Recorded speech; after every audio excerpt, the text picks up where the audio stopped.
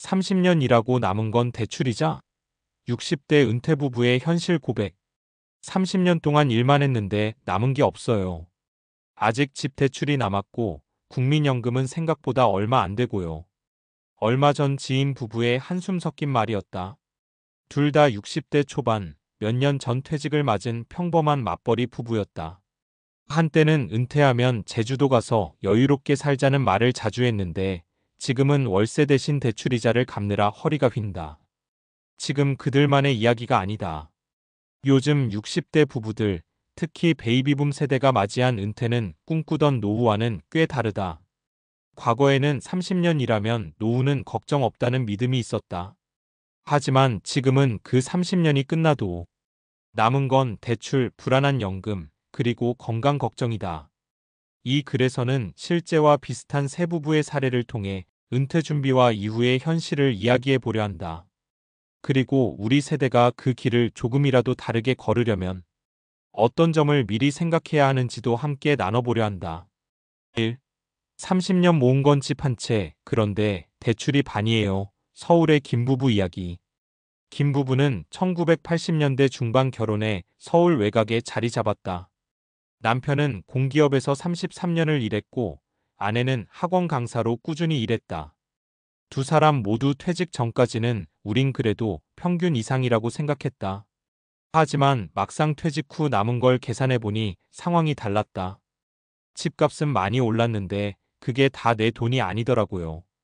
김 씨의 말처럼 집은 시세가 10억 원이 넘었지만 남은 대출이 3억이었다. 게다가 자녀 둘의 결혼자금, 유학 비용에 퇴직금이 거의 다 나갔다. 결국 은퇴 직후 남은 건 대출과 매달 180만 원의 국민연금뿐. 그나마 부인은 다시 아르바이트로 나섰다. 마트 계산원, 문화센터 보조 강사 등 하루 종일 서 있는 일이 대부분이다. 젊을 땐 나이 들면 천천히 살자 했는데 지금은 더 바빠요. 대출이 끝나야 조금 숨을 쉴 수 있겠죠. 이 부부의 가장 큰 아쉬움은 은퇴 준비를 너무 막연히 생각했다는 것. 집 한 채면 충분할 줄 알았고 연금은 국가가 알아서 해주겠지 했다. 하지만 인플레이션, 의료비, 자녀 지원비는 계산에 없었다. 2. 우린 지방이라 괜찮겠지 했는데 대전의 박 부부 이야기. 박 부부는 대전에서 30년 동안 작은 공장을 운영했다. 큰 돈은 벌지 못했지만 그래도 매달 꾸준히 벌었고 도시보다 물가가 싸니까 노후엔 문제 없다 생각했다. 하지만 그들도 막상 은퇴를 맞으니 현실은 달랐다. 공장을 정리하니 남은 건 낡은 건물 한 채와 1억 원 남짓한 예금. 연금은 둘이 합쳐 150만 원 정도였다. 문제는 예상보다 훨씬 오른 생활비였다. 요즘 물가가 너무 올라서 10만 원 들던 장보기가 20만 원이에요. 병원비, 관리비, 손주 용돈까지 하면 매달 빠져나가는 게 250만 원은 돼요. 결국 박 씨는 65세에 배달 일을 시작했다. 전기 자전거를 타고 하루에 34시간씩 배달을 하며 몸이 허락하는 데까진 할 수밖에 없다고 말한다. 아내도 집에서 반찬을 만들어 마을 장터에 내다 판다. 우리 세대는 은퇴가 끝이 아니에요. 그냥 또 다른 일의 시작이죠. 박 부부의 이야기는 지방이라고 해서 노후가 여유롭지 않다는 걸 보여준다. 은퇴 후에도 지속 가능한 현금 흐름이 없으면 생활비는 늘 모자라고 불안은 커질 수밖에 없다. 3. 자녀 뒷바라지에 노후는 미뤘어요. 부산의 이 부부 이야기. 이 부부는 자녀 교육에 인생을 걸었다. 남편은 교직에 있었고 아내는 피아노 학원을 운영했다. 딸 둘을 좋은 대학에 보내고 결혼할 때 집값 일부를 보태줬다. 그 결과 부부의 통장은 텅 비었다. 아이들이 잘 되면 우리 노후는 편할 줄 알았어요. 그런데 요즘은 아이들도 여유가 없어요. 둘 다 은퇴 후에는 연금 200만 원 정도가 수입의 전부다. 주택연금을 고민했지만 집을 담보로 잡힌다는 게 불안했다. 게다가 건강 문제로 병원비가 점점 늘었다. 내가 아프면 돈이 그냥 물 새듯 나가요. 그럴 줄 알았으면 연금보다 건강부터 챙겼어야 했어요. 이 부부의 후회는 명확했다. 자녀 중심의 인생에서 벗어나 나 자신을 위한 준비가 필요했다는 것이다. 노후는 결국 내가 어떻게 살고 싶은가의 문제다. 하지만 많은 부모 세대는 그걸 미룬 채 자녀의 성공을 노후 대비처럼 착각했다. 4. 은퇴는 돈 문제가 아니라 삶의 구조 문제다. 세 부부의 이야기는 결국 하나로 귀결된다.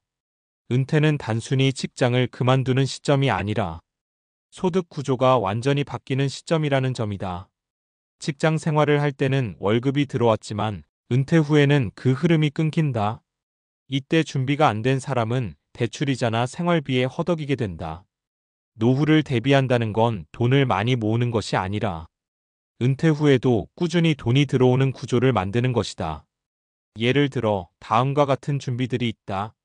국민연금 퇴직연금 점검하기.